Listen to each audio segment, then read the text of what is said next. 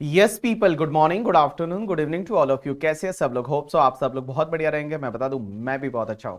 So guys, आज ये अपन छोटा सा एक लेक्चर रहेगा जिसमें मैं आपको बताने वाला हूं एक तो न्यू केस लॉज जो आईसीआई ने दिए हैं।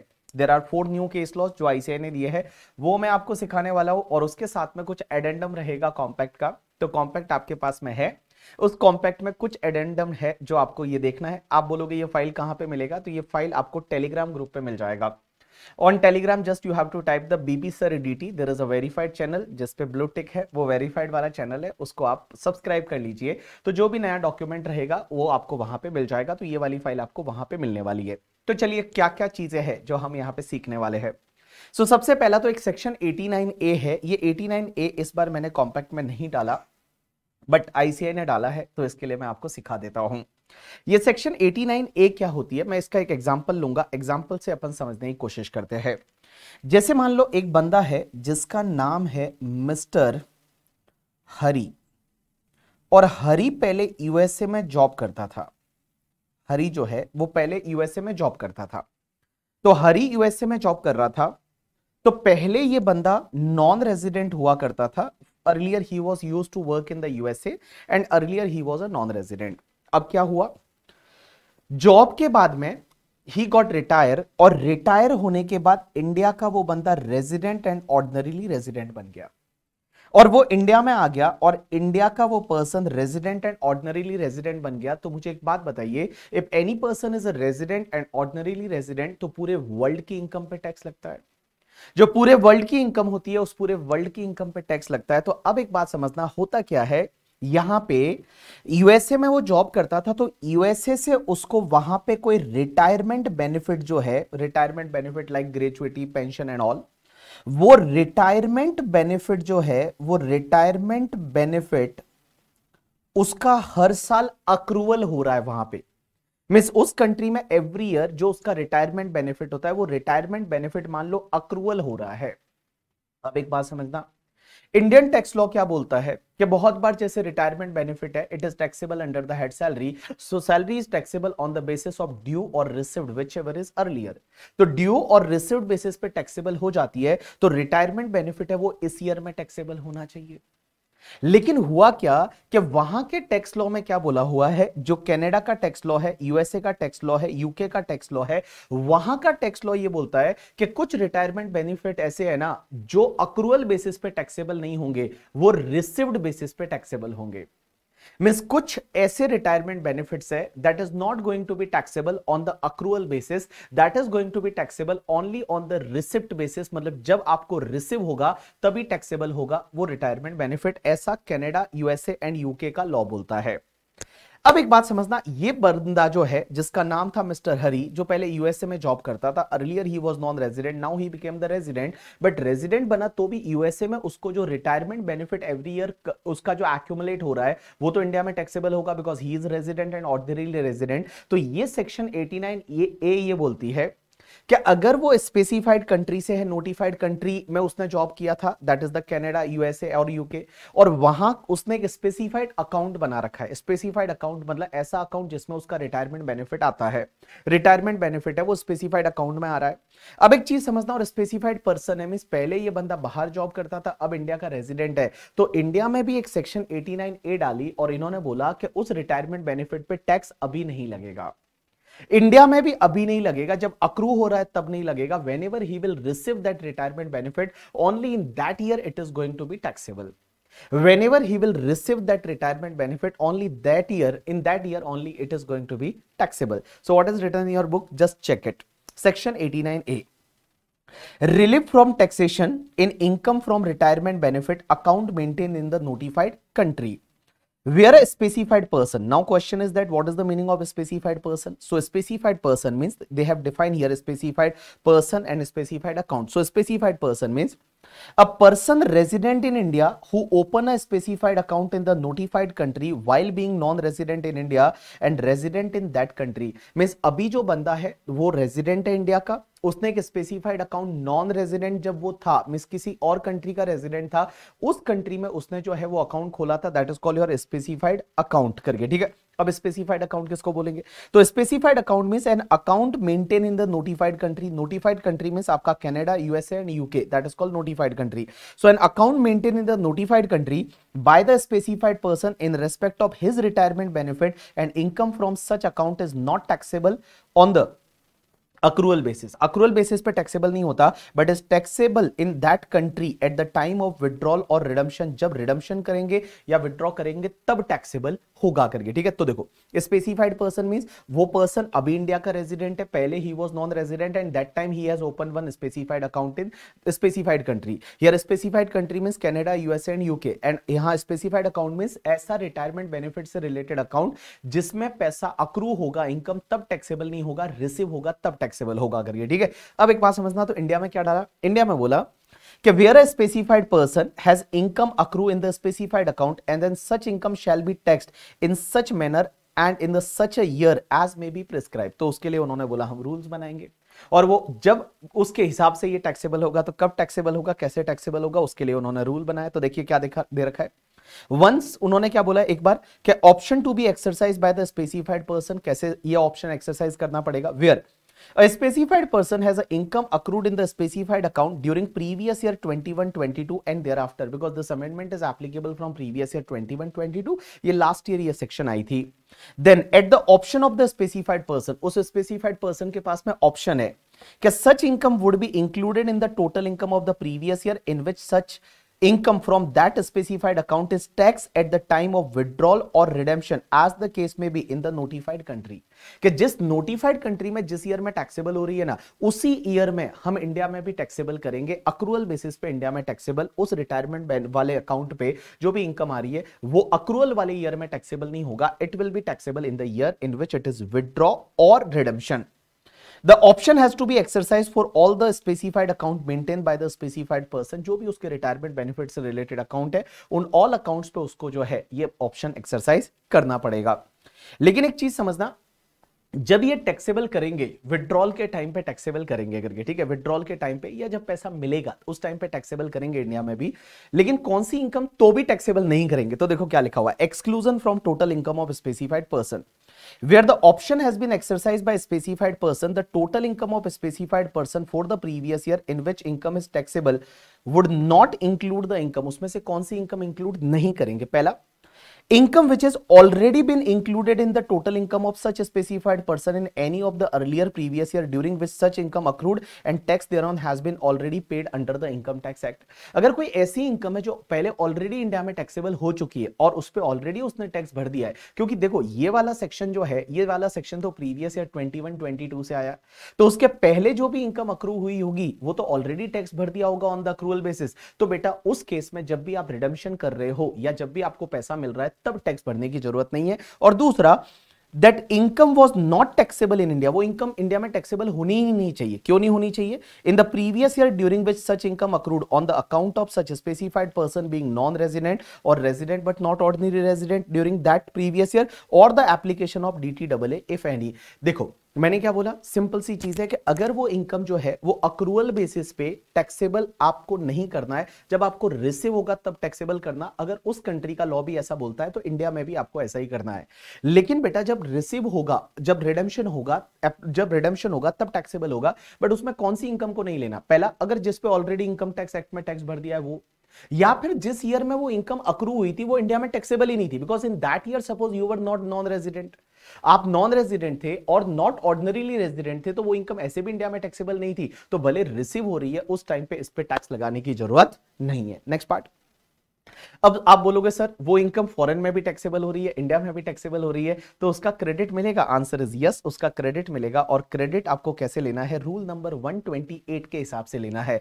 तो जो रूल 128 है, जो आपको एक लास्ट रिवीजन लेक्चर दे रखा है, उसमें मैंने रूल 128 बताया था, रूल 128 के हिसाब से लेना है। Next part, options once exercise can not be withdraw. अगर आपने एक बार ये ऑप्शन ले लिया कि भैया we will pay the tax only at the time of receipt of that income, then you can not withdraw that option. But अगर मान लो अभी तो आप रेजिडेंट हो बट आप नॉन रेजिडेंट बन गए वापस, तो नॉन रेजिडेंट बन गए तो भैया ये ऑप्शन विड्रॉ माना जाएगा। और जिस ईयर में आप नॉन रेजिडेंट बन गए ना, उस ईयर से माना जाएगा आपका कोई ऑप्शन नहीं है। और नॉन रेजिडेंट बन गए उसके पिछले सालों तक का उसके पिछले सालों तक जिस अक्रूड इनकम पे आपने टैक्स नहीं भरा उस पे आपको टैक्स भरना पड़ेगा। तो देखिए क्या लिखा हुआ है, The option has to be exercised in form number 10EE electronically on or before the due date under section 139(1).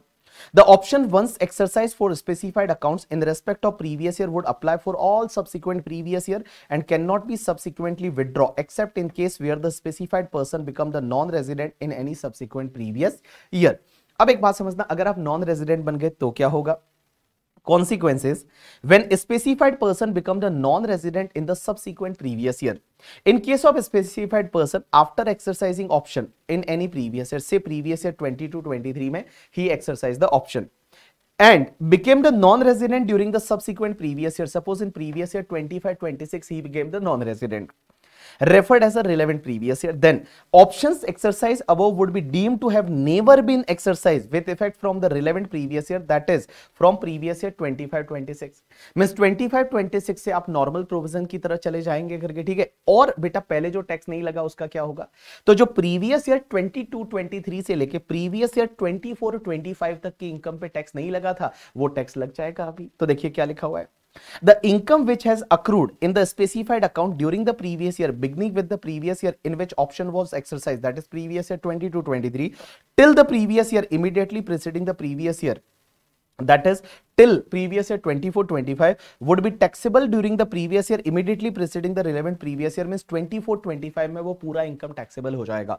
तो जो भी आपका इनकम प्रीवियस ईयर 22-23 से लेके 24-25 तक का इनकम रहेगा, that is going to be taxable in previous year 24-25 only, and the tax on such income has to be paid on or before the due date of furnishing of return of income of relevant previous year. और उस income पे आपको tax भरना पड़ेगा previous year 25-26 के लिए जो return filing की ड्यू डेट रहेगी तब तक आपको टैक्स भरना पड़ेगा। So hope so you understood this part. ये एग्जाम में आएगा नहीं, I don't know, but like this section is there, that's why I have explain you. Okay, after that एक पॉइंट नंबर 2 जो क्लेरिफिकेशन है, that is no TDS if lease rent is paid to lessor located in IFSC. अब एक बात समझना, एक laser है और उस लेसर ने क्या किया है पता है? जो लेसर है वो आईएफएससी में लोकेटेड है और लेसर ने लीज किया है एयरक्राफ्ट लीज किया है। अब एक बात बताओ, आपको पता है कि अगर कोई आईएफएससी में लोकेटेड यूनिट है और उसका इनकम जो है, आपको यू नो दैट 10 इयर्स तक उसको एक डिडक्शन मिल जाता है under section 80 LA। 10 assessment year तक उसको कोई भी टैक्स नहीं भरना पड़ता, उसको 10 असेसमेंट ईयर तक डिडक्शन मिल जाता है अंडर सेक्शन 80 LA। तो जब उसको डिडक्शन मिल रहा है तो उस लेसर को अगर कोई भी लेसी है, वो लेसर को, लेसी जो है वो लीज रेंट देगा, तो क्या उस पे टीडीएस काटने की जरूरत है? Answer is no, there is no need to deduct the TDS. तो ये क्लेरिफिकेशन क्या बोलता है कि आईएफएससी में लोकेटेड कोई यूनिट है, उसने लीज पे क्या दिया है? एयरक्राफ्ट दिया है, और बेटा वो 80 LA का बेनिफिट ले रहा है और 10 असेसमेंट ईयर तक उसको टैक्स नहीं भरना है, तो उसको जो भी लीज रेंट पे करेंगे उस पे कोई भी टीडीएस काटने की जरूरत नहीं है। दिस इज वन क्लेरिफिकेशन जो इससे रिलेटेड है। उसके बाद एक क्वेश्चन दे रखा है डीआरसी से related, that is dispute resolution committee से related. I will explain you this question in the later part। उसके बाद कुछ क्या बोलते हैं करेक्शन है इन द कॉम्पैक्ट, बिकॉज हम ट्राई करते हैं 100% सही करने का, बट ऑब्वियसली थोड़ा बहुत कहीं ना कहीं रह ही जाता है, कहीं ना कहीं या तो प्रिंटिंग मिस्टेक हो जाता है, कहीं हो सकता है हमारी साइड से मिस्टेक हो जाए।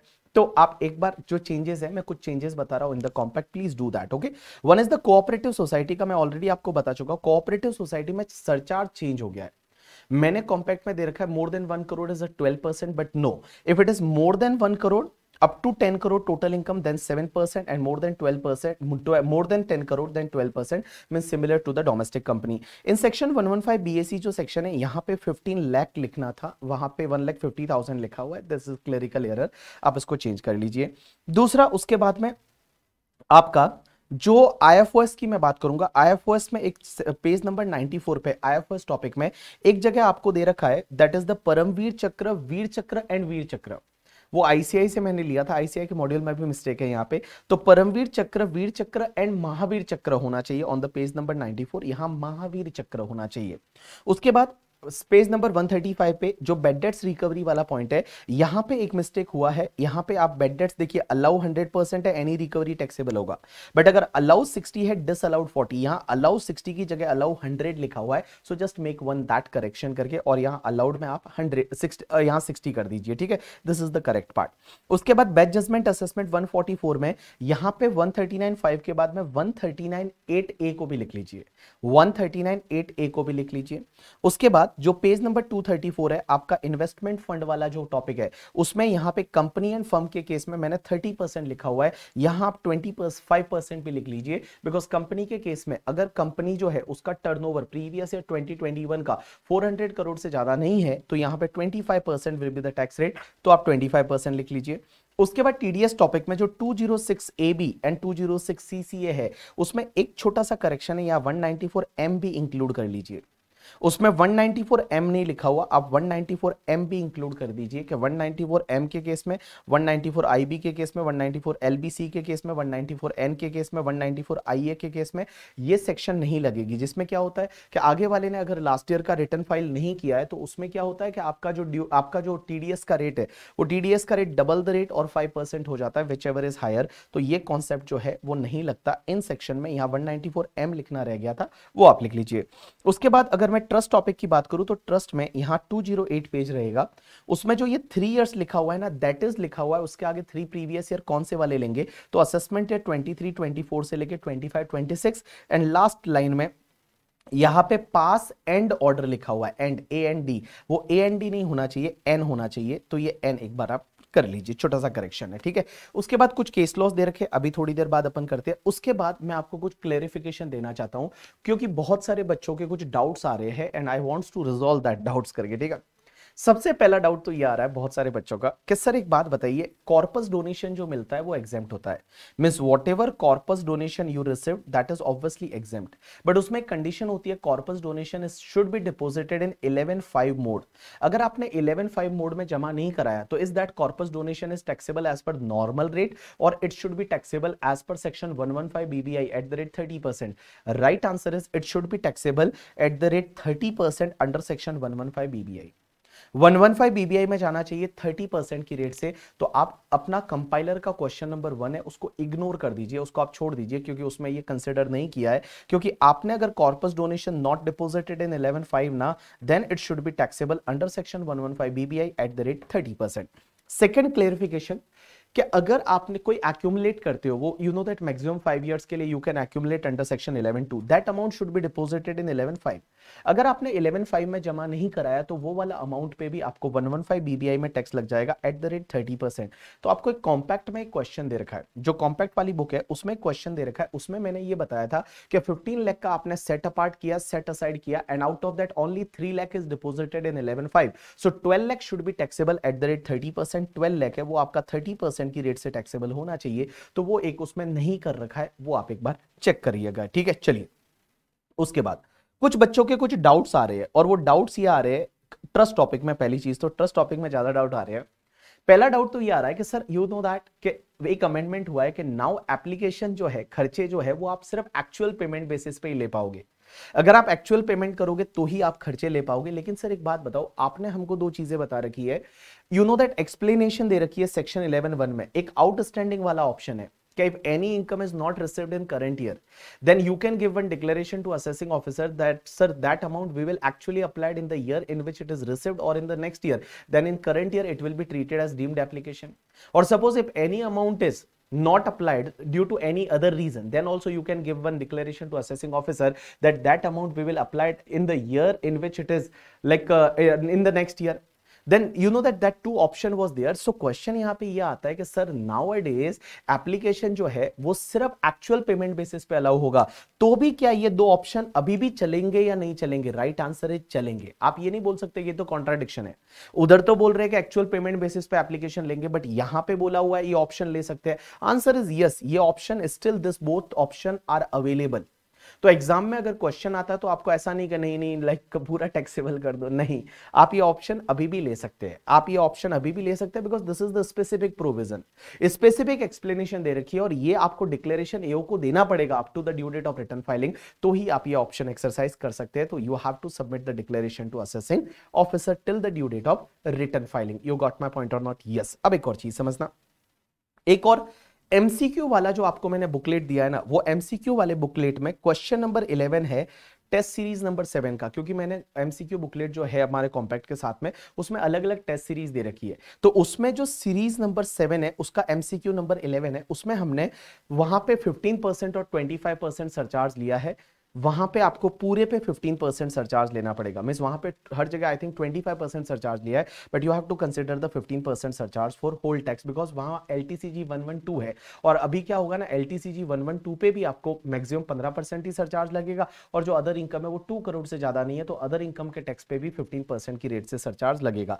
एक और अगर मैं MCQ की बात करूं तो MCQ की बुकलेट में एक और चीज है जो आपको ध्यान देनी है कि ये जो टेस्ट सीरीज नंबर 1 है उसका जो क्वेश्चन नंबर 18 है ना, 18 में एक लाइन प्रिंट होना रह गया है, that is the heavy goods vehicle से रिलेटेड।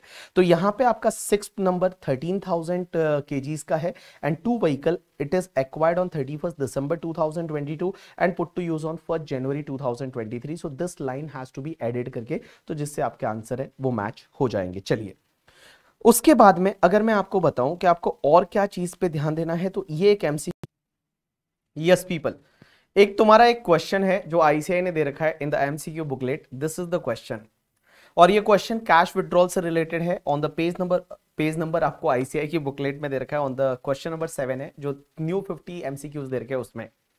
और ये क्वेश्चन बोलता है following are the details of the cash withdraw from the Canara bank by mister Ravish during the previous year 22-23। उसने 16 लाख का कैश विड्रॉ इस डेट पे किया, 55 लाख का इस डेट पे किया, 28 लाख का इस डेट पे किया। And Ravish has not filed the return for the assessment year 2021, assessment year 21-22 and assessment year 22-23. What is the amount of tax required to be deducted at source by Canara Bank on such withdrawal during the previous year 22-23? अब इसको लेके बहुत सारे बच्चों के doubt है।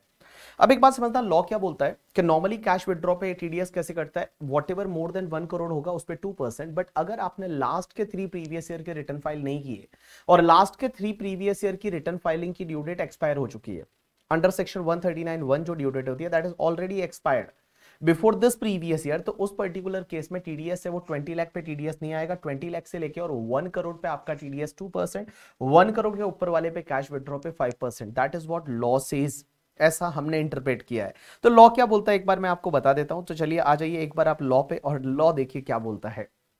Law बोलता है कि provided that in case of the recipient who has not filed the return of income for all the 3 assessment year relevant to the 3 previous year for which the time limit to file the return under subsection 1 of section 139(1) has expired, immediately preceding the previous year in which the payment of sum is made to him, the provision of this section shall apply with the modification of that कि up to 20 lakh तक there is no TDS, more than 20 to 1 crore 2% and more than 1 crore 5%। अब एक बात समझना, यहां पे language वापस आप स्टार्टिंग वाला देखोगे, provided that in case of recipient means account holder who has not filed the return of income for all the 3 assessment year relevant to the 3 previous year, means उसने लास्ट के 3 previous year के return file नहीं किए, for which the time limit to file the return of income under subsection 139(1) is already expired, जिसका 139(1) expire हो चुका है, immediately preceding the previous year in which payment is made। अब एक बात समझो, ये तो इंटरप्रिटेशन ऐसे आ रहा है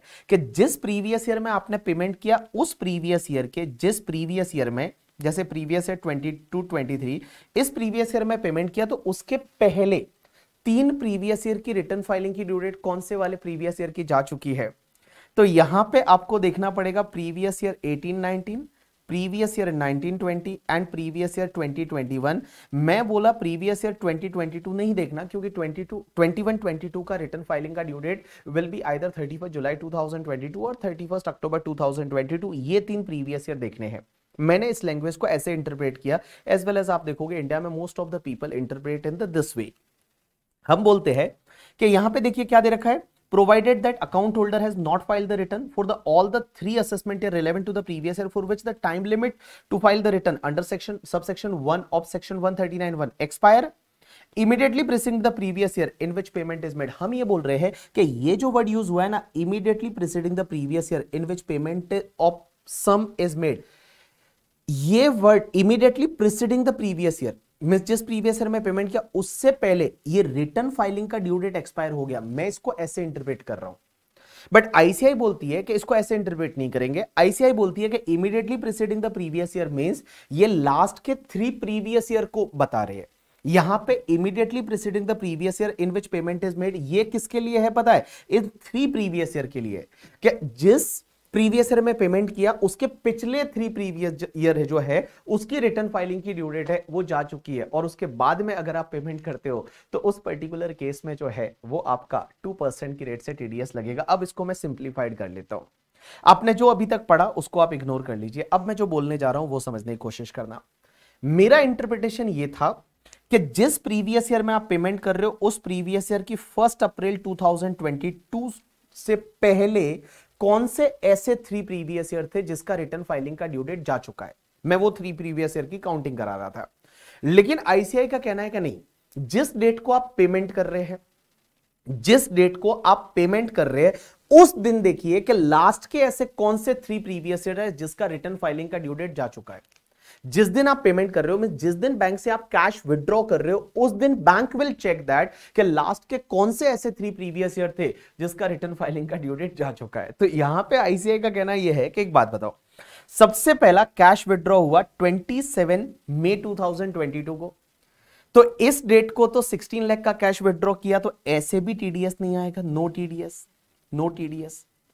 अब एक बात समझना, सेकंड कैश विड्रॉ हुआ 55 लाख का 7 सितंबर 2022, और यहां पे अगर आप ये मानते हो कि उस पर्सन का लास्ट ईयर का रिटर्न फाइलिंग का ड्यू डेट है, जो प्रीवियस ईयर 21-22 का रिटर्न फाइलिंग का ड्यू डेट 31 जुलाई 2022 था, तो 31 जुलाई 2022 जा चुका है, तो इसमें 4 लाख पे टीडीएस नहीं आएगा, 51 लाख पे there will be a 2% TDS because 31 जुलाई 2022 जा चुका है। लास्ट ईयर का असेसमेंट ईयर 22-23, 21-22 एंड 20-21 तीनों साल की रिटर्न फाइलिंग की ड्यू डेट जा चुकी है। और उसके बाद में यहां पे on 12 Feb 2023 obviously you will deduct the TDS on 28 lakh rupees multiply by 2%।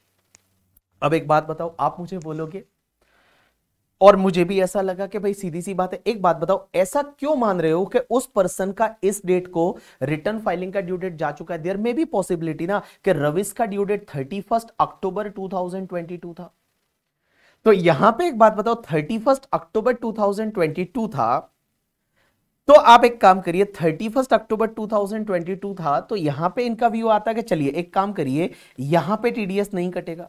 मान लो आप ये बोलते हो कि 31 अक्टूबर 2022 था, तो यहां पे टीडीएस नहीं कटेगा क्योंकि लास्ट ईयर का ड्यू डेट आना बाकी है।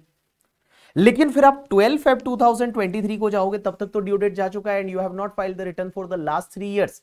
तो यहां पे आपका जो है वो टोटल अमाउंट जो 20 लाख के ऊपर वाला रहेगा, मिस यहां पे 51 इसमें ऐड हो जाएगा, 28 प्लस 51 पूरे पे टीडीएस आएगा, और इस इतना जो है वो टीडीएस का अमाउंट आएगा। That is what interpretation of the ICI says that.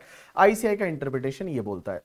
Now sir, आपका डाउट ये रहेगा कि what we have to do in examination, अगर एग्जामिनेशन में हमको क्या करना है वो बता दीजिए। तो मैं आपको सिंपल लाइन में बोल रहा हूं कि what you have to do in your examination. Examination में आप एक बार आईसीए के साथ में जाएंगे यहां पे, बिकॉज लैंग्वेज को लेकर इंटरप्रिटेशन इश्यूज है। आपको ये देखना, जिस दिन पेमेंट कर रहे हो उस दिन लास्ट के 3 प्रीवियस ईयर का रिटर्न फाइलिंग का ड्यू डेट जा चुका है या नहीं। जिस दिन आप पेमेंट कर रहे हो उस दिन लास्ट के कौन से 3 प्रीवियस ईयर का रिटर्न फाइलिंग का ड्यू डेट जा चुका है, और उन 3 इयर्स का अगर आपने रिटर्न फाइल नहीं किया तो उस पर्टिकुलर केस में उस ईयर का, उन 3 इयर्स का आपने अगर रिटर्न फाइल नहीं किया तो उस पर्टिकुलर ईयर में 20 लाख के ऊपर वाले पे जो है वो आपको टीडीएस काटना है 2% की रेट से, और 1 करोड़ के ऊपर वाले पे 5% की रेट से टीडीएस काटना है। तो what you have to check, जिस दिन आप पेमेंट कर रहे हो। अब एक बात समझना, लॉजिकली तो क्या होना चाहिए, अगर मान लो मैं आईसीआई वाला इंटरप्रिटेशन भी ले लूं तो होना क्या चाहिए कि चलिए इस डेट को, मींस अगर मान लो यहां पहला वाला पेमेंट है, उस डेट को obviously there is no TDS, इस वाले पॉइंट पे टीडीएस नहीं आएगा। दूसरा वाला डेट है, अगर मान लो यहां पे उस पर्सन का ड्यू डेट 31 जुलाई है, तो एक्सपायर हो चुका है करके, ठीक है, तो आपको यहां टीडीएस आएगा। बट मान लो यहां 31 अक्टूबर है, तो इसके लिए आपको फिर लास्ट के 3 प्रीवियस ईयर वो देखने पड़ेंगे जिसका रिटर्न फाइलिंग का ड्यू डेट एक्सपायर हो चुका है। तो इस पेमेंट के लिए आपको कौन से 3 प्रीवियस ईयर देखने पड़ेंगे पता, previous year 18-19, previous year 19-20 and previous year 20-21, क्या उन 3 प्रीवियस ईयर में ड्यू रिटर्न फाइल किया है या नहीं। क्योंकि अगर मान लो एसएससी का रिटर्न फाइलिंग का ड्यू डेट है वो 31 अक्टूबर 2022 है, तो लास्ट ईयर का, एग्जैक्टली लास्ट ईयर का रिटर्न फाइलिंग का ड्यू डेट तो एक्सपायर नहीं हुआ है, तो आपको उसके पिछले 3 ईयर से यहां पे देखने पड़ेंगे। बट यहां पे फिर आपको क्या करना पड़ेगा, previous year 19-20, previous year 20-21 and previous year 21-22 देखना पड़ेगा इस डेट के लिए। तो एक बात बताऊं, यहां पे इन्होंने 18-19 का कोई जिक्र किया नहीं था, प्रीवियस ईयर 18-19 में असेसमेंट 19-20 का कोई जिक्र किया नहीं था, तो अपन ने लाइक है उसको कंसिडर नहीं किया। बट अगर यहां जिक्र किया होता तो ऑब्वियसली लॉजिकली इनको यहां पे ये भी देना चाहिए था कि असेसमेंट ईयर 19-20 का भी रिटर्न फाइल नहीं किया। तो इन सिंपल वर्ड मैं बता दूं, now what is the law you have to interpret for your examination purpose. आप ये देखेंगे जिस डेट को पेमेंट किया उस डेट को लास्ट के कौन से ऐसे 3 प्रीवियस ईयर है जिसकी ड्यू डेट जा चुकी है, लास्ट के ऐसे कौन से 3 प्रीवियस ईयर है जिसकी ड्यू डेट जा चुकी है, लास्ट के ऐसे कौन से 3 प्रीवियस ईयर है जिसकी ड्यू डेट जा चुकी है और उसका रिटर्न फाइल आपने नहीं किया, तो उस डेट को फिर आपको जो है वो 2% की रेट से टीडीएस काटना पड़ेगा 20 लाख के ऊपर, और अगर 1 करोड़ के ऊपर हुआ तो 5 लाख की 5% की रेट से। ठीक है, चलो, so this was one clarification on this part. उसके बाद में आपको मैं एक बात बताऊं, कुछ केस लॉज है, not more important case laws but yes case laws है। सबसे पहला केस लॉ, पहला केस लॉ बोलता है apex laboratory private limited 2022 supreme court judgment. यहां पे ये हुआ कि एक फार्मास्यूटिकल कंपनीज अपने डॉक्टर को फ्रीबीज देती है, गिफ्ट देती है करके, ठीक है, कमीशंस देती है, रेफरल कमीशन देती है, तो क्या ये अलाउ हो जाएगा? Answer is no, it is a illegal expenditure.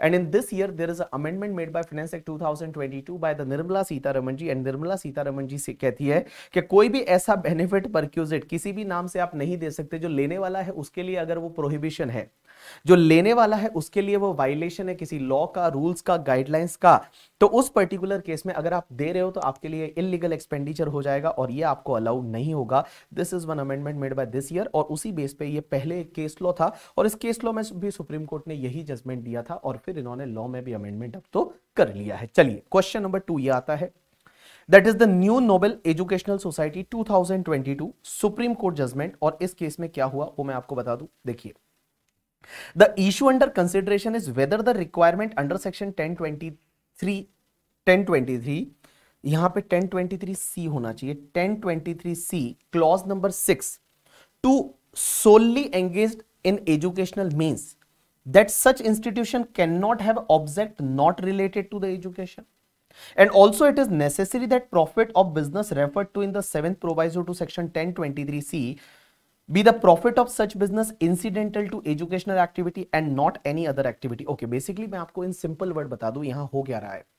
यहां पे इन्होंने बोला कि अगर कोई एजुकेशनल इंस्टीट्यूशन है जो 1023C क्लॉज नंबर 6 में रजिस्टर्ड है, तो क्या वो सिर्फ एजुकेशनल एक्टिविटी, क्योंकि उस लॉ में क्या बोला हुआ, सेक्शन में क्या बोला हुआ है, that educational that institution should be होनली for the educational purpose और मेडिकल पर्पस। अब एक बात बताओ, क्या उसका काम सिर्फ एजुकेशन ही होना चाहिए या एजुकेशन से रिलेटेड एक्टिविटी होनी चाहिए या फिर और भी कुछ एक्टिविटी कर सकती है? जैसे मान लो फॉर एन एग्जांपल हमने एक स्कूल चालू किया, तो स्कूल जो चालू किया that is educational activity. But वो क्या करती है स्कूल, पता है, अपना जो हॉल है वो किसी को भाड़े पे भी देती है। अब भाड़े पे देना that is not educational activity obviously, तो क्या वो वैसा कर सकती है या नहीं कर सकती, और उससे जो इनकम होगी क्या वो इंसिडेंटल मानी जाएगी या नहीं?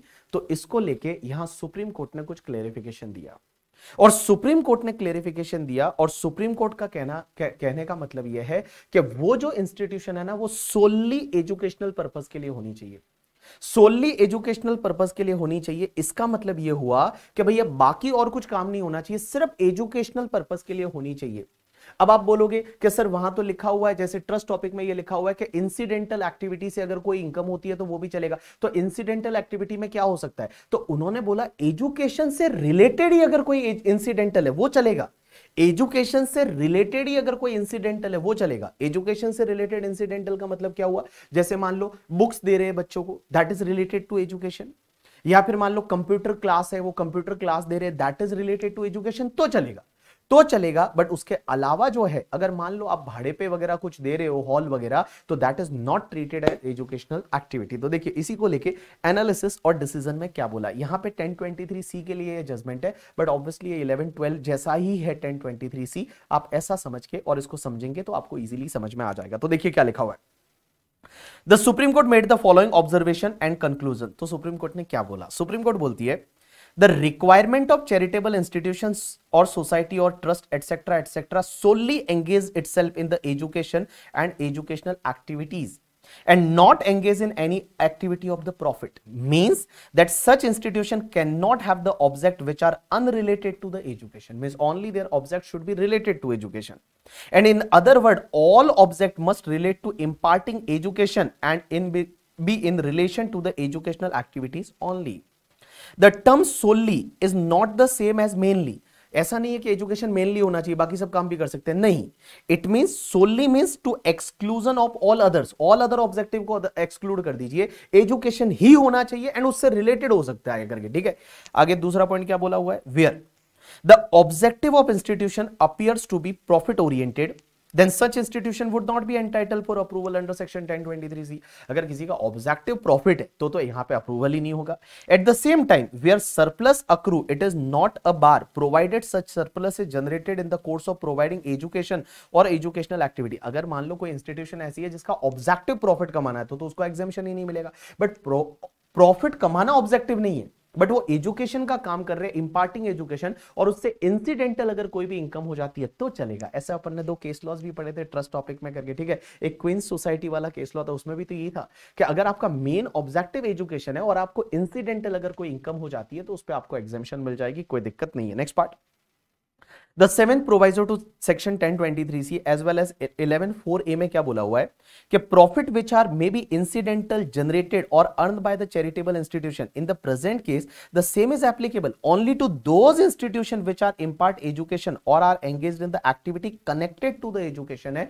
तो भैया connected to education activity से जो income हो रही है उस पे भी आपको exemption मिल जाएगी. The reference of business or profit in the 7th proviso to 1023C or 11(4)(a) merely means that the profit of business which are incidental to education activity relating to the education such as sale of text book, अगर text book cell किया वो चलेगा, वो related है, या providing school bus facility है वो उससे रिलेटेड है, या हॉस्टल फैसिलिटी प्रोवाइड किया वो एजुकेशन से रिलेटेड है, वो चलेगा, वो चलेगा. लेकिन however where institution provide their premises or infrastructure to other entities, trust, society for the purpose of conducting workshop करने के लिए किसी को भाड़े पे दे दिया, सेमिनार करने के लिए भाड़े पे दे दिया, और even educational courses which are concerned trust is not actually imparting, कोई और बंदा आके कुछ और ही करा रहा है, आपने तो भाड़े पे दिया है करके, and outsider are permitted to enroll in such seminar, workshop, courses, etc., then the income derived from such activity cannot be characterized as part of educational and incidental to imparting the education. ऐसा नहीं माना जाएगा. You got my point or not? Yes. तो यहां पे simple सी चीज है कि अगर कोई एजुकेशनल इंस्टीट्यूशन है तो वो कौन सी एक्टिविटी कर सकती है, एजुकेशन से रिलेटेड कोई भी एक्टिविटी करेगी और उससे अगर कोई भी प्रॉफिट डिराइव्ड हुआ उस पर एग्जेम्पशन मिल जाएगी. बट अगर कोई एक्टिविटी ऐसी है जो एजुकेशन से रिलेटेड नहीं है करके, ठीक है, जैसे किसी को भाड़े पे देना वगैरह, तो उस पर एग्जेम्पशन ऑब्वियसली नहीं मिलेगा. चलिए, उसके बाद में तीसरा केस लॉ ये बोलता है कि issue under consideration is when an activity can be considered as trade, commerce or business for attracting the provision of the proviso to section 215 when the assessee objective is for any objective of general public utility. अब एक बात समझना, इस case law में क्या हुआ कि आपको पता है अगर कोई भी ट्रस्ट है उसका ऑब्जेक्टिव है any other objective of general public utility, then their business receipt can not be more than the 20% of total gross receipt. If it is more than 20% of total gross receipt, then that trust will not be treated as charitable trust. वो charitable trust माना ही नहीं जाएगा. तो sir ये कैसे पता चलेगा कि कोई एक्टिविटी बिजनेस एक्टिविटी है या नहीं? तो यहां पे इन्होंने कंक्लूजन में यही दे रखा है कि वो असेसिंग ऑफिसर डिसाइड करेगा. मतलब असेसिंग ऑफिसर देखेगा कि आप जो एक्टिविटी कर रहे हो उसमें से कौन सी बिजनेस एक्टिविटी है, कौन सी कमर्शियल एक्टिविटी है जिसमें आप कोई कंसिडरेशन वगैरह ले रहे हो. ऑब्वियसली जैसे आप किसी को पानी बेच रहे हो या कुछ बेचने का काम कर रहे हो या किसी को पढ़ा रहे हो और वो एजुकेशन नहीं है, ठीक है, तो उस पर्टिकुलर केस में आप अगर कोई भी एक्टिविटी कर रहे हो वो कमर्शियल एक्टिविटी है या नहीं, that assessing officer will check every year and on depends basis of that he will check that कि वो थ्रेशोल्ड लिमिट 20% का क्रॉस हुआ है या नहीं. If it is cross then obviously that is not like charitable, otherwise that will be treated as charitable. Now next and last case law, Pioneer Overseas Corporation USA India Branch 2022 supreme court का judgement. अब एक बात बताओ, आपका जो demand notice आता है ना, वो डिमांड नोटिस आपको 30 डेज में पे करना पड़ता है. If you are not paid the demand notice within 30 days, then from 31st day there will be a 1% interest, 1% per month और part of the month आपको इंटरेस्ट पे करना पड़ेगा. अब इस केस में क्या हुआ देखिए, the section 220 subsection 2 provides for levy of simple interest at the rate 1% for every month or part of the month comprised in the period commencing from the day immediately following the 30 days after the demand notice under section 156. Now section 220 का sub section 2A क्या बोलता है, provide for reduction और waiver of interest. ये interest wave भी हो सकता है, रिड्यूस भी हो सकता है। कब? If the CC if the PCCIT or CCIT or PCIT or CIT is satisfied that payment of such amount is caused or would the cause genuine hardship to the assessee, तो उस particular case में ये interest wave भी कर सकता है, higher officer कर सकते हैं। अब हुआ क्या? The assessee applied for waiver under section 220 subsection 2A on the ground that dispute was pending for resolution under the mutual agreement procedure under the DTAA between India and USA, which subsequently culminated in the year 2012, and the liability to pay the tax arose thereafter. The CIT however rejected the assessee's application. The same was confirmed by the High Court. अब एक बात समझना, हुआ क्या कि यहाँ पे अगर जेन्युइन हार्डशिप होती है तो ये इंटरेस्ट माफ किया जा सकता है। अब ये इन्होंने इंटरेस्ट माफ करने के लिए एप्लीकेशन डाली, इनकी जेन्युइन हार्डशिप नहीं है, ये बहुत पैसे वाले लोग हैं करके, ठीक है, ये यूएसए की कंपनी है, बहुत पैसे वाले लोग हैं और इनके पास जेन्युइन हार्डशिप नहीं है, बट ये क्या बोलते हैं, हमारा इंटरेस्ट वेव कर दो ना, क्योंकि हम ऑलरेडी, हमारा इशू पेंडिंग है मैप में। मैप का मतलब म्यूचुअल एग्रीमेंट प्रोसीजर। जब इंडिया की कोई कॉम्पिटेंट अथॉरिटी यूएसए की कॉम्पिटेंट अथॉरिटी को साथ में मिलके और आपको कोई सॉल्यूशन देंगी, दैट इज कॉल्ड मैप, और वहां पे आपका केस पेंडिंग है, इसकी वजह से ये बोलते हैं कि हमारा जो इंटरेस्ट है ना, और उसका फिर जजमेंट आया और उसकी वजह से टैक्स भरना पड़ा, बट वो बोलते हैं कि उसकी वजह से प्लीज हमारा इंटरेस्ट वेव ऑफ कर दो ना। क्या ये वेव ऑफ किया जा सकता है या नहीं? तो यहां पे सुप्रीम कोर्ट ने क्या बोला, देखिए, The Supreme Court observed that merely raising the dispute before the any authority cannot be ground not to levy interest and waive the interest under section 220 subsection 2A.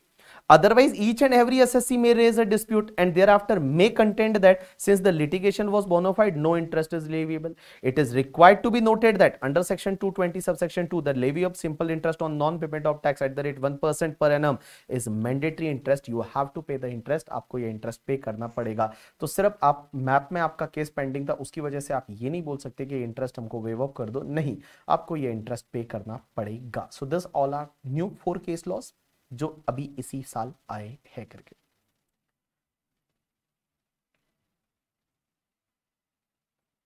अब एक चीज समझना, इसमें मैंने क्वेश्चन लिया है डीआरसी से, डिस्प्यूट रेजोल्यूशन कमेटी से। मुझे लगता है कभी हो सकता है एग्जाम में एज इट इज क्वेश्चन आ जाए। तो डीआरसी टॉपिक क्या होता है? Dispute resolution committee. ये जो टॉपिक है फाइनेंस एक्ट 2021 से आया था, फ्रॉम 1 अप्रैल 2021। अब एक बात समझना, डीआरसी कॉन्स्टिट्यूट होगा डिस्प्यूट रेजोल्यूशन कमेटी में। आप जा सकते हो अगर आप ऑर्डर से सेटिस्फाइड नहीं हो। आप ऑर्डर से सेटिस्फाइड नहीं हो तो आपको पेनल्टी जो लगने वाली है उसको रिड्यूस कराने के लिए, या जो प्रोसिक्यूशन आपको होने वाला है, जेल वगैरह होने वाली है, उसको रिड्यूस कराने के लिए, तो पेनल्टी प्रोसिक्यूशन को रिड्यूस कराने के लिए you can apply to the DRC. लेकिन डीआरसी में आप तभी जा सकते हैं जब कुछ कंडीशन सेटिस्फाइड होनी चाहिए। पहली कंडीशन, जो भी ऑर्डर पास हुआ है उस ऑर्डर में वेरिएशन आपका जो हो रहा है वो अप टू 10 लाख होना चाहिए। मतलब आपका वेरिएशन में इनकम जो बढ़ाई जा रही है that should be up to 10 lakh का वेरिएशन होना चाहिए। दूसरी चीज, आपने जो रिटर्न फाइल किया था, वो रिटर्न फाइल किया था उसमें आपकी रिटर्न इनकम 50 लाख से ज्यादा नहीं होनी चाहिए, that should be up to 50 lakh. And जो ऑर्डर पास कर रहा है एओ, वो ऑर्डर पास कर रहा है वो आपका सर्च इनिशिएटेड हुआ था उसके बेसिस पे नहीं होना चाहिए, सर्वे के बेसिस पे नहीं होना चाहिए, रिक्विजिशन के बेसिस पे नहीं होना चाहिए, या किसी फॉरेन कंट्री से इंफॉर्मेशन मिली थी वो इंफॉर्मेशन के बेसिस पे आपका ऑर्डर पास नहीं होना चाहिए। तो देखिए मैंने क्या बोला, आप जा सकते हैं डिस्प्यूट रेजोल्यूशन कमेटी में। If you are not satisfied with any order of the AO then you can make application to the DRC. आप डीआरसी के पास जा सकते हैं, लेकिन तभी जा सकते हैं जब वो ऑर्डर है उसमें वेरिएशन जो हुआ है वो 10 लाख से ज्यादा नहीं, आपका रिटर्न इनकम है वो 50 लाख से ज्यादा नहीं होना चाहिए। तीसरी कंडीशन, वो ऑर्डर है वो रेड की वजह से, सर्च या सर्वे की वजह से, या रिक्विजिशन की वजह से, या फॉरेन कंट्री से इंफॉर्मेशन मिला था उसके बेस पे वो ऑर्डर नहीं होना चाहिए। तो उस पर्टिकुलर केस में जो है वो आप जा सकते हैं कहां पे, वहां उस केस में आप डीआरसी के पास में जा सकते हैं। अब एक बात समझना, डीआरसी के पास में कौन कौन से ऑर्डर है वो जा सकते हैं। या तो ड्राफ्ट ऑर्डर 144C में, जो डीआरसी के पास में डिस्प्यूट रेजोल्यूशन कमेटी के केस में आप कौन कौन से ऑर्डर के केस में जा सकते हैं। जो आपका ड्राफ्ट ऑर्डर है जो वेरिएशन किया था 144C में, जो डीआरपी जो है वो डीआरपी में नहीं गए उससे पहले जो होता है ड्राफ्ट ऑर्डर, वो ड्राफ्ट ऑर्डर के अगेंस्ट में जा सकते हैं, या कोई इंटीमेशन के अगेंस्ट में जा सकते हैं, कोई भी असेसमेंट रीअसेसमेंट का ऑर्डर है उसके अगेंस्ट में जा सकते हैं। बट डीआरपी के डायरेक्शन की वजह से कोई ऑर्डर पास हुआ है उसके अगेंस्ट में आप नहीं जा सकते। डीआरसी के पास में रेक्टिफिकेशन ऑर्डर के केस में जा सकते हैं, इसके केस में जा सकते हैं। बट उसके बाद में इन्होंने बहुत सारा एक लिस्ट दे रखा है क्या इनके केसेस में नहीं जा सकते। The following person not eligible for the resolution, ये लोग नहीं जा सकते डीआरसी के पास में। कौन कौन नहीं जा सकता? अगर किसी ने, अगर ये वाला जो लॉ है इसका कॉन्ट्रावेंशन किया था, in respect of whom the order of detention has been made under conservation, but that is the Conservation of the Foreign Exchange and Prevention of the Smuggling Activity Act 1974। या फिर ये जो law है, in law में अगर आपने कुछ ना कुछ वायलेशन किया या आपके अगेंस्ट ऑलरेडी कोई प्रोसिक्यूशन इनिशिएट हो चुका है, प्रोसिक्यूशन का मतलब होता है जेल, जेल ऑलरेडी इनिशिएट हो चुकी है, तो आप डीआरसी के पास में नहीं जा सकते, डिस्प्यूट रेजोल्यूशन कमेटी के पास में नहीं जा सकते। अब एक बात समझना, उसी बेस पे मैंने यहाँ पे क्वेश्चन लिया है जो नो डाउट आईसीआई का क्वेश्चन है, एज इट इज मैंने आईसीआई का क्वेश्चन यहाँ पे लिया है। तो देखिए, Vijay furnishes return of income for the assessment year 22-23, declaring income is only 28 lakh. He received the assessment order 143.3 का on 26/11/2023 को, enhancing the total income for the assessment year 22-23 by the 5 lakh। तो 5 लाख का variation हुआ है, उसने return file किया था, उसका इनकम जो था वो अप टू 50 lakh है, because that is 28 lakh. He is aggrieved by the order and it desired to know whether he can file the application before the dispute resolution committee or not.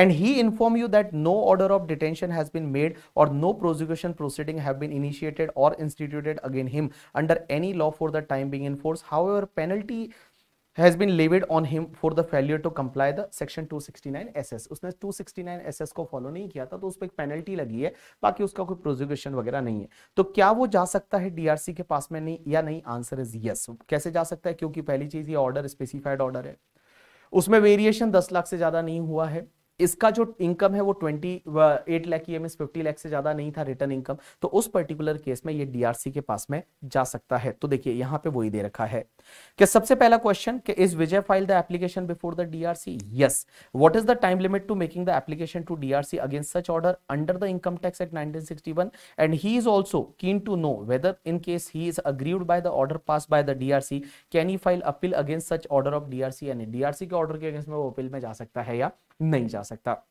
And दूसरा question पूछा है, would your answer be different if assessment order is based on the information received under the DTW with country x? अगर country x से DTW के अंदर information मिली थी तो उसकी वजह से वेरिएशन हुआ, तो वो डीआरसी के पास में नहीं जा सकता। तो देखिए आंसर क्या है, DRC would resolve dispute in case of person who opt for dispute resolution under so and so chapter in respect of dispute arising from any variation in the specified order in his case who fulfil the specified condition.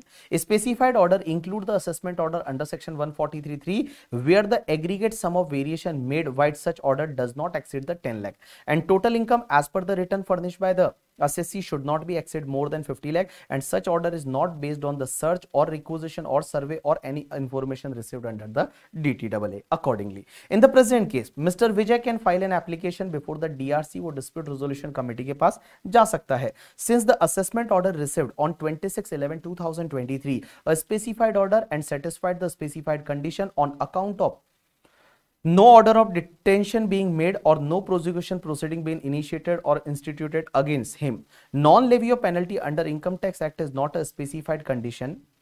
Therefore, the levy of penalty under section 271D on him does not result in non-compliance with the specified order। देखो penalty लग सकती है आप पे, कोई prosecution initiated नहीं होना चाहिए, कोई ना कोई प्रोसिक्यूशन इनिशिएटेड नहीं होना चाहिए, वो इसमें नहीं है।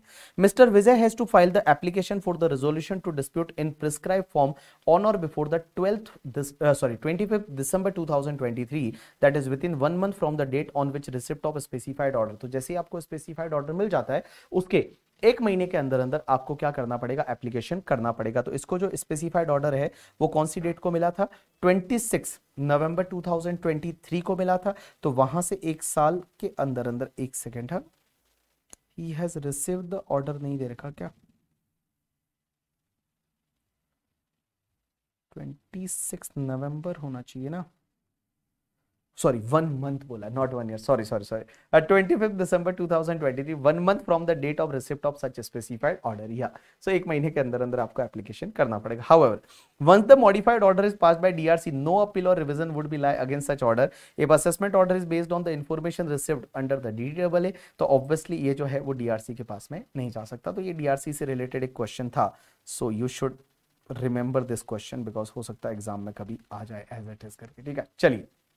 So guys that's enough for today from my side. तो आज के लेक्चर में हमने क्या किया, कोरिजेंडम और कुछ क्लेरिफिकेशन जो बहुत सारे बच्चों के डाउट्स थे वो आज अपन ने क्लियर किए करके, ठीक है। और जो न्यू केस लॉज थे, there are 4 new case laws जो मैंने दे रखे हैं, और ये वाला फाइल है वो आपको टेलीग्राम पे मिल जाएगा, आप टेलीग्राम पे चेक कर लीजिए, आपको ये वाला फाइल मिल जाएगा। और ये जो क्लेरिफिकेशन है ये उसमें नहीं रहेंगे, so you can note down, आप चाहे तो इसको नोट डाउन कर सकते हैं करके, ठीक है। चलिए, thanks a lot people, that's enough for today from my side. और बेटा मैं आपको बोल रहा हूँ, अभी आए ना, आपके पास टाइम नहीं है ज्यादा करके, ठीक है। Just you have to focus to your study and give your 100%। और अभी ढंग से पढ़ाई कर ली ना, वही काम आने वाला है। पहले क्या किया था, साल भर पहले कोई मतलब नहीं, वो हर चीज को रिवाइज करना पड़ेगा, और जब तक आप रिवाइज नहीं करोगे आपको चीजें याद नहीं आएगी। तो आप रिवाइज करिए, मैं आपके साथ हूँ, मैं आपके डाउट वगैरह भी ले रहा हूँ आजकल व्हाट्सएप पे, ठीक है। व्हाट्सएप नंबर मैंने ऑलरेडी टेलीग्राम ग्रुप में डाल रखा है, तो मैं डाउट वगैरह ले रहा हूँ। दिन में 3 घंटे है वो सिर्फ डाउट पे दे रहा हूँ, दिन में इतने सारे मैसेज होते हैं ना, और मैं ट्राई कर रहा हूँ कि सब डाउट सॉल्व करूँ टिल योर एग्जामिनेशन। आप टेंशन मत लीजिए, मैं हूँ आपके साथ में, बस आपको अपना साथ अब देना है। और मैं बता दूं, इस दुनिया में ऐसा है ना कि भैया आप जो है वो लास्ट में, जब अभी यही वाला पॉइंट होता है कि जहां पे बड़ा क्रूशियल टाइम है, और इस टाइम को आपको बेस्ट यूटिलाइज करना है। थोड़ा और पुश करिए अपने आप को, टाइम है जितना आप पढ़ रहे हो, इफेक्टिव स्टडी आर्ट्स है उसको आप बढ़ाइए थोड़ा, और जो आपके टारगेट्स है उसको कंप्लीट करिए, और टारगेट कंप्लीट करने के बाद थोड़ा सेलिब्रेट भी करिए उसको कि yes today I did it करके, ठीक है। और मैं बता दूं, अभी एग्जाम टाइम तक आपको अपना हेल्थ है उसका पूरा ध्यान रखना है, आपके इमोशन का पूरा ध्यान रखना है। बिकॉज बहुत सारे बच्चे बोलते हैं अरे सर एग्जाम आया, मैं बीमार पड़ गया, ये हो गया, वो हो गया, कोविड हो गया, कुछ नहीं होने वाला। आप अपने आप को भी कॉन्फिडेंट रखिए, लाइक कॉन्फिडेंट, ठीक है। अगर आप ऐसा अपने आप को ऐसे बीमार समझेंगे ना तो बीमार पड़ जाओगे, नेवर डू दैट करके, ठीक है। बिकॉज आपकी बॉडी वैसी रिएक्ट करती है जैसा आप सोचते हो। सो ऑलवेज अपनी सोच को थोड़ा पावरफुल रखिए, पॉजिटिव रखिए, थोड़ी एनर्जेटिक सोच रखिए, और जब आप एनर्जेटिक सोच रखेंगे तो सब चीजें आराम से हो जाएगी, ठीक है। चलो, thanks a lot people, that's enough for today from my side, see you in the next lecture, bye, take care.